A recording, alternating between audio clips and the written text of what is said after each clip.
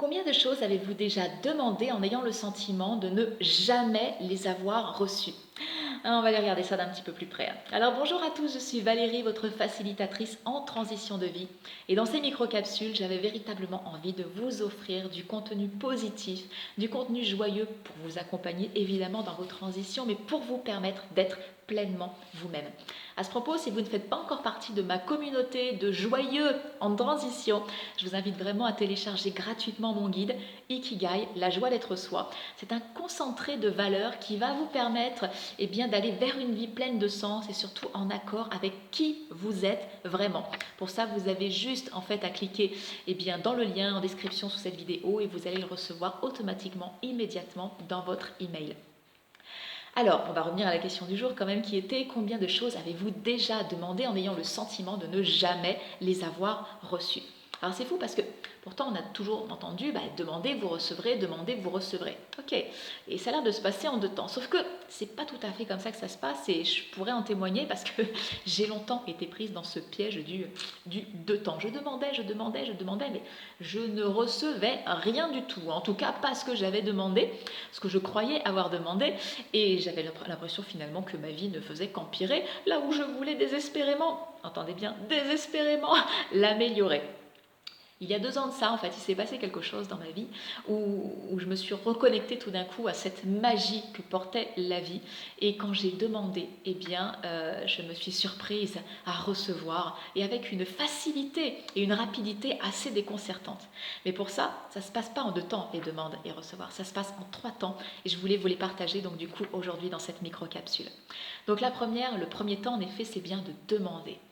Faites attention à ça. Si vous demandez quelque chose d'un peu conceptuel, en effet, comme j'aspire à plus de liberté, essayez de creuser un petit peu et de vous dire, tiens, cette liberté, comment elle pourrait se matérialiser dans ma vie? Comment je vais pouvoir accuser réception quelque part de cette liberté?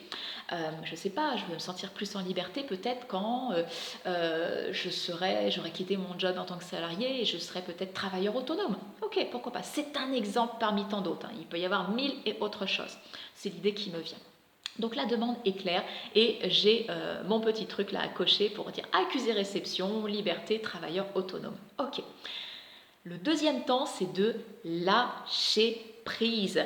C'est fou, je trouve que la liberté est bien choisie actuellement parce que quand je regarde sur les réseaux sociaux et que je vois à quel point chacun hurle, justement à quel point notre liberté est entravée, à quel point on nous prive de nos libertés fondamentales et à quel point vous aspirez à vos libertés, mais en fait, ça vibre pas du tout la liberté, tout ça. Ça vibre la prison, ça vibre l'enfermement. Non, vous avez demandé la liberté, travailleur autonome, indépendant. Et là, il s'agit plutôt de prendre cette demande comme un jeu, quoi. Un jeu, il n'y a pas d'enjeu, c'est joyeux, amusez-vous. En clair, la question plutôt à vous poser, c'est ok, je sais pas comment ça va venir cette liberté, je sais pas comment cette idée de travailleur autonome va se matérialiser, mais ouais, je suis curieuse et j'ai envie de me laisser surprendre par la vie. J'accueille.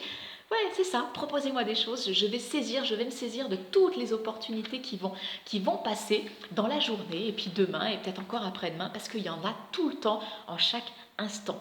Mais il faut savoir sur quoi, voilà, notre cerveau a envie de se focaliser. Là, c'est liberté, travailleur autonome. Ok, bip bip, en marche, je cherche, j'accueille.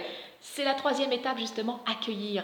Et accueillir, c'est tellement difficile. En tout cas, je peux vous en parler, en témoigner, parce que au-delà de ces 2 ans en arrière, si j'avais tant de difficultés justement à matérialiser ce que je demandais dans ma vie, en tout cas à recevoir ce que je demandais dans ma vie, c'est parce que j'avais une estime de soi qui était tellement basse, tellement au niveau, c'était pire qu'au ras des pâquerettes, c'était niveau en dessous de zéro.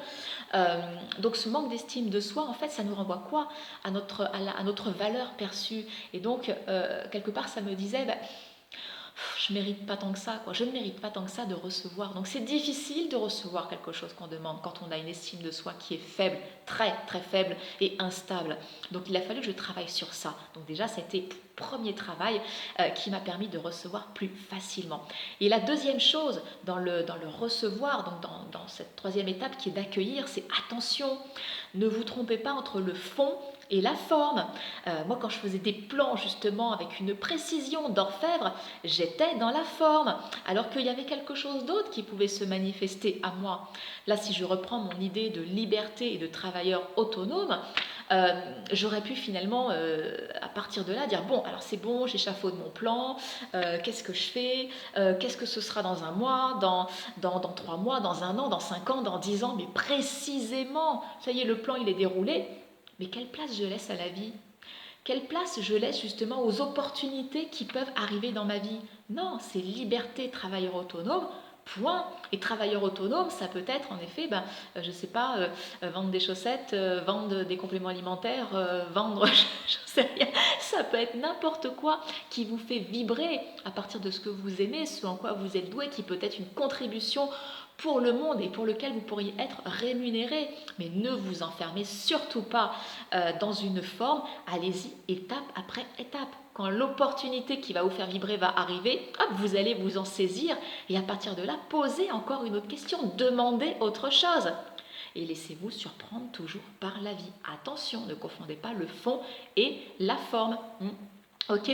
Alors je voudrais terminer justement cette capsule sur quelque chose d'important, c'est vous êtes grand, vous êtes lumineux, vous êtes brillant, donc ne vous limitez pas. Osez demander des choses, mais grandes, quoi. Et autorisez-vous à les accueillir. Parce qu'il y a une chose qui est importante aujourd'hui dans ce monde, c'est que plus vous allez vous autoriser à demander grand et à rayonner ce qu'il y a de plus grand, ce qu'il y a de plus vibrant et lumineux en vous, plus vous allez permettre aux autres d'en faire autant. Le monde en a grand besoin. Je compte sur vous et je vous dis à bientôt.